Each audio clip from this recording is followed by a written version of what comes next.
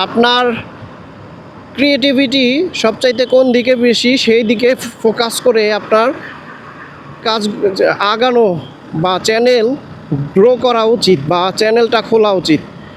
লাখ লাখ টাকা খরচ করে ক্যামেরা কিনছেন, মাইক্রোফোন কিনছেন, পুরা সেট আপ কিনছেন, কিন্তু আপনার যদি দক্ষতা না থাকে বা ইচ্ছা শক্তি না থাকে সেক্ষেত্রে আপনি আগাতে পারবেন না।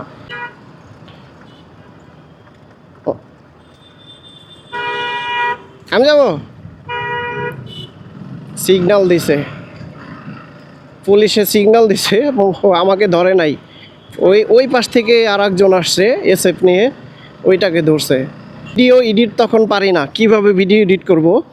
আমি পরে ইউটিউবে ঘাটাঘাটি করতাম, ঘাটাঘাটি করে এমনও আছে সন্ধ্যার সময় বসতাম, ফজরের আজান দিত, তখনও আমি মানে ভিডিও এডিট শিখতেছি বা কিভাবে ভিডিও এডিট করা লাগে এইটা নিয়ে ভিডিওগুলো দেখতাম। আসসালামু আলাইকুম viewers, welcome to go Wasif vlogs. আমার মোটো ব্লগ চ্যানেলে আপনাদের স্বাগত। আজকে যাচ্ছি হচ্ছে উত্তরা সেন্টার পয়েন্টে। সেন্টার পয়েন্টে টেকনোর সবচাইতে বড় শোরুম, ওন শোরুম, যেটা হচ্ছে টেকনোর নিজস্ব শোরুম। সেই শোরুমে টেকনোর ভিডিও আছে, আপনারা জানেন। আমার আসিফ ব্লগসে আমি হচ্ছে টেকনোর এবং কি গ্যাজেট আইটেমের ভিডিওগুলো করে থাকি।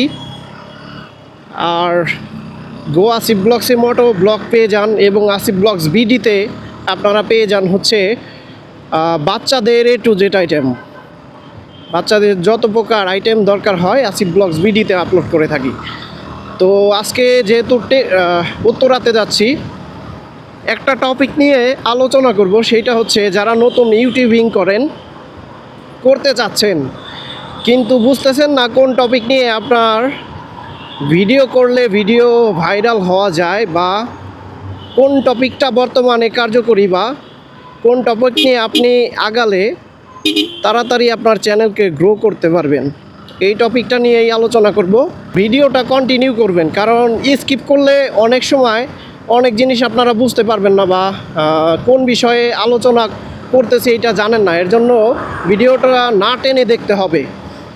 ফার্স্টেই বলতেছি, আপনি কোন বিষয়ে পারদর্শী, আপনার ক্রিয়েটিভিটি কোন দিকে আগানো আছে এই সম্পর্কে।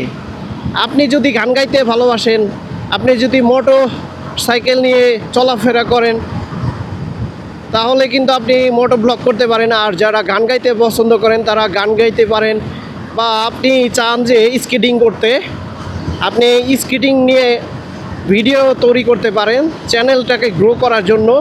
মানে এক একটা বিষয়ের উপরে কেন্দ্র করে ইউটিউব আপনাকে অ্যালগোরিদম সাজেস্ট করবে, ঠিক আছে। এখন আপনি মনে করেন যে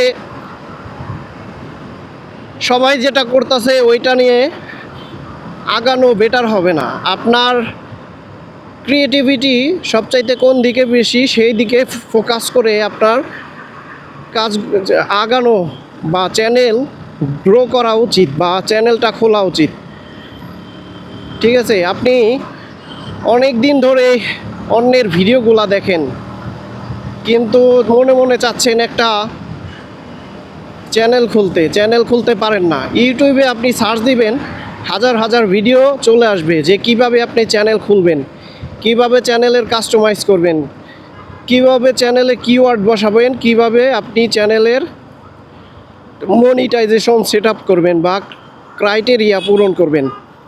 এই বিষয়ে আপনি অহরহর ভিডিও পাবেন ইউটিউবে। টেক চ্যানেলগুলা ফলো দিয়ে রাখবেন। আপনি যদি চাচ্ছেন চ্যানেল খুলতে, তাহলে টেক রিভিউ আছে প্রচুর পরিমাণের, তাদের ভিডিওগুলো আপনি রেগুলার দেখতে পারেন, ফলো করতে পারেন।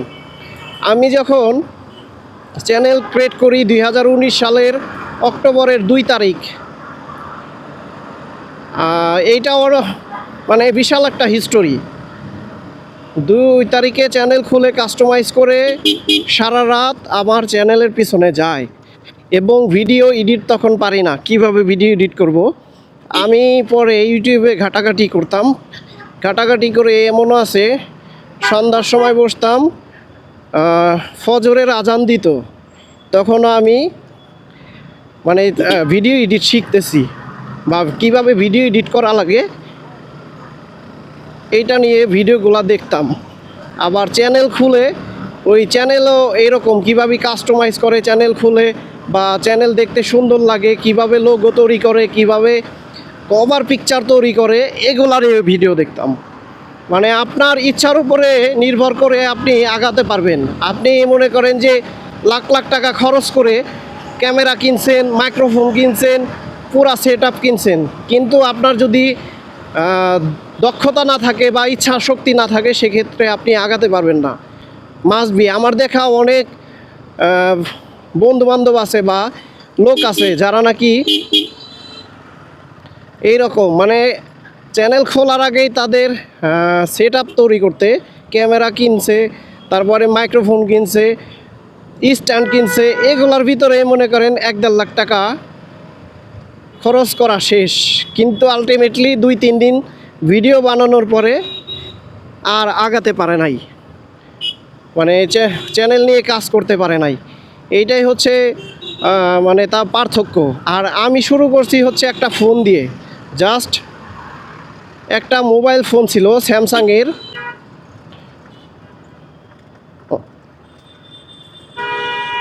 আমি যাব, সিগন্যাল দিছে, পুলিশে সিগন্যাল দিছে এবং আমাকে ধরে নাই। ওই পাশ থেকে আর একজন আসছে এসএফ নিয়ে, ওইটাকে ধরছে চেক করার জন্য। হয়তো হেলমেট বা কিছু নাই বা মাইক, ওইটার হচ্ছে হর্নের শব্দটা পাইলাম অন্য, যেটা নাকি প্রাইভেট কারে থাকে ওই হর্ন, হয়তো এই দেখে তাকে সিগন্যাল দিছে। তো যেটা বলতেছিলাম, আমি স্যামসাং গ্যালাক্সি A7 একটা ফোন ছিল আমার। আমি তখন জব করতাম ইয়েলো বাই বেক্সিমকো।